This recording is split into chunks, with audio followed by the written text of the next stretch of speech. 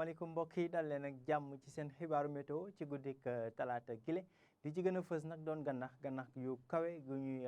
sentu ci côte Sénégal gi rawatina Grande Côte maanaam diggante Ndar jëm ba boori Ndakaaru waaye tamit Petite Côte bi ci diggante Mbour jëm ba boori Île Sine Saloum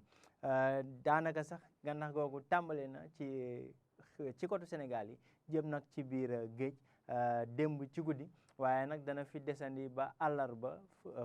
juróomi fan ak ñett ci weeru novembre 2023 bu midi jotee mbokk yi nag ñu leen di ñaax ngeen bàyyi xel xibaar yu ni mel rawatina nag suñu bokk nappkat yi ngir aar seen bopp ak seen i jumtukaay ñu jàll nag ci li des ci xibaar gi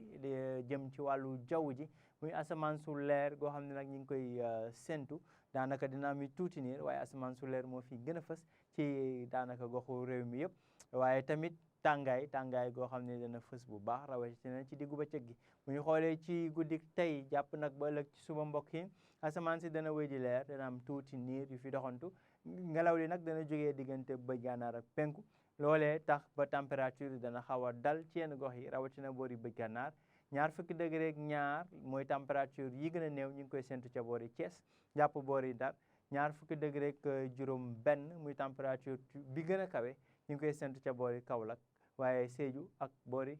Kolda li des ci dëkk bi nag température yi dana dalee ci ñaar fukki degré ak ñett ba ñaar fukki degré ak juróom ci boori diggu réew mi jàpp ba gànnaar ak penku waaye itam ca Ndakaaru ñu ngi fay séntu ñaar fukki degré ak ñeent mbokk yi bu njàllee ëllëg ni ñu ko waxee léegi dana tàng lool sax ci biir dëkk bi température yi dana weesu ñeent fukki degré ci gox yu bëj gànnaar jàpp diggu réew mi mën nañ ne sax ñeent fukki degré jëm ba daanaka ñeent fukki degré ak ñett ci diggante